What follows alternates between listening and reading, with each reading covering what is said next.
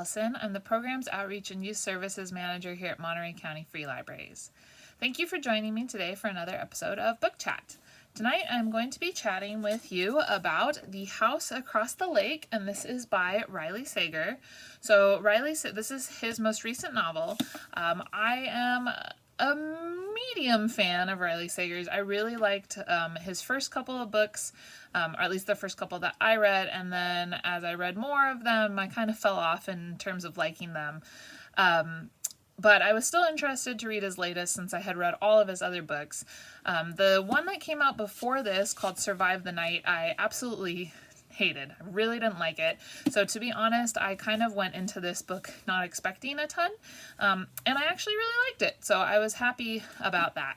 I read this book while I was on vacation on the Russian River, so one thing that I really like to do is read books when I'm in a similar atmosphere to the characters. So this book takes place on a lake, and in a lake house, so I was in a river house, so I thought that was fitting.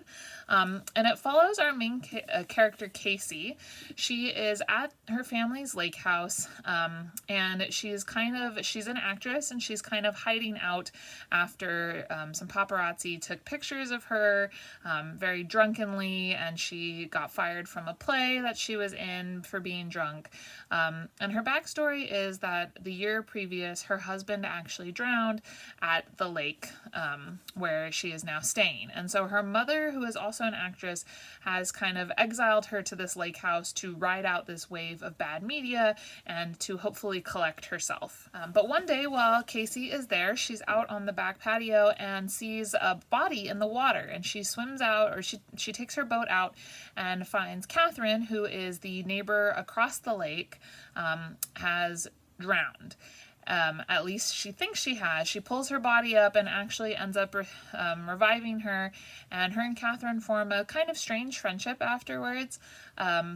But Casey is very suspicious of the circumstances surrounding Catherine's near drowning, and Casey becomes kind of obsessed with watching Catherine and her husband in the house across the lake. And their house, Catherine's house, is almost all glass, so Casey is very easily able to spy on them at night using binoculars from her side of the lake. And then one day Catherine goes missing. And so Casey becomes obsessed with trying to figure out what happened to Catherine and trying to find her. At the same time, she's also uncovering a lot of information about some other girls in the area who have gone missing. And so she's starting to suspect that Catherine's husband might be a serial killer. It's a very, very tense thriller. And now I'm going to talk about the end of the book, which does go into spoilers. So if you don't want any spoilers, if you haven't read this book yet, stop here. If you have read it and you're looking for a little bit more information about what I thought about the book, then please keep listening, but I am going to be spoiling the end.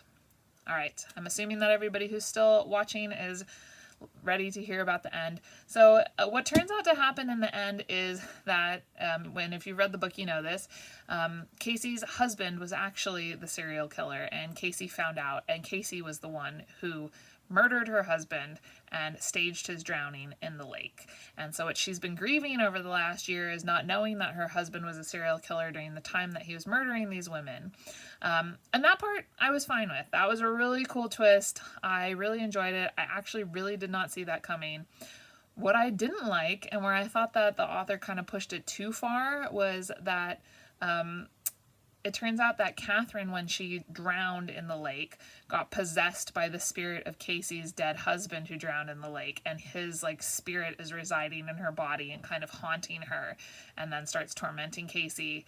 And Catherine hasn't actually gone missing. It's that Catherine's husband's figured out that she's not herself and has put her in somebody's basement. If you've read the book, you know what happens, but I thought that was stupid, to be honest. I really didn't understand why the author needed to go there. I thought that it was fine as a murder mystery thriller, and adding in this paranormal element felt like it needed to be edited down a little bit. It kind of muddied it a little for me.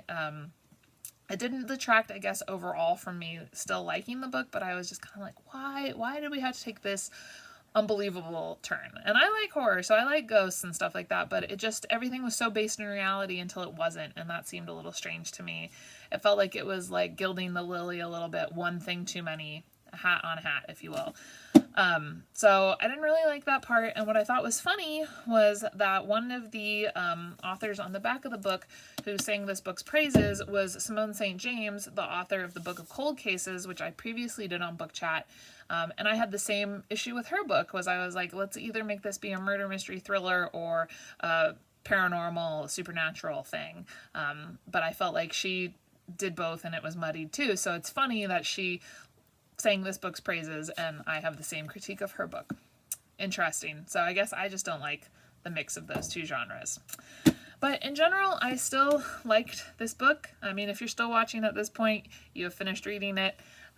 We have it in our collection if you want to give it a reread, or if you want to read other of Riley Sager's books. I would most recommend Home Before Dark, which I did a book chat on recently. I think it's his best book. If you have any books that you would like to recommend that are in the mystery thriller and don't involve paranormal elements, let me know in the comments below. Thanks so much for joining me, and I'll see you next time. Bye-bye, everyone.